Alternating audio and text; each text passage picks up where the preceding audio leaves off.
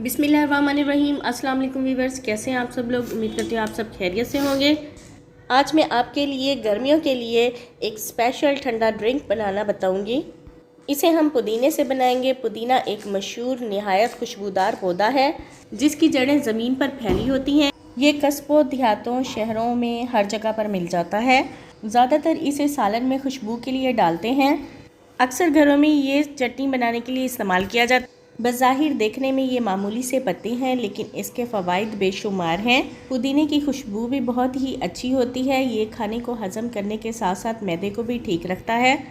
इसके इस्तेमाल से ना सिर्फ मतली और सर का दर्द ख़त्म होता है, बल्कि ये सीने की जकड़न और फेफड़ों की इन्फेक्शन को भी दूर करती है। यहाँ हमने एक गट्ठी पुदीने की ली है और इससे हम एक बड़ा जग का शरबत आसानी के साथ बना सकते हैं। इसके पत्ते अलग करने के बाद हमने इसे 2-3 बार पानी से धो लिया है और अब हम इसे थोड़ा सा पानी डालकर ग्राइंडर में ग्राइंड कर लेंगे। इसके बाद हम एक पैन में डालेंगे 1 कप चीनी और चीनी को मेल्ट करने के लिए थोड़ा सा पानी डाल देंगे। इस शरबत को आप 2-3 महीनों के लिए बनाकर रख सकते हैं। ये ख़राब बिल्कुल नहीं होगा और पीने में भी इसका टेस्ट बहुत ज़्यादा मज़े का है। अगर आप इसे 1 हफ़्ता पी लेते हैं तो आपको खुद फील होगा कि इसके क्या रिज़ल्ट हैं। 1 छोटा चम्मच हमने इसमें काली मिर्च का डाला है और हस्बे ज़रूरत काला नमक शामिल कर दिया है। अगर आपके पास काला नमक नहीं है तो आप घर वाला आम नमक भी डाल सकते हैं। साथ ही हमने इसमें 2 लेमन का रस डाले हैं और इसके बाद शरबत को अच्छा सा रंग देने के लिए हमने इसमें सब्ज़ कलर डाला है।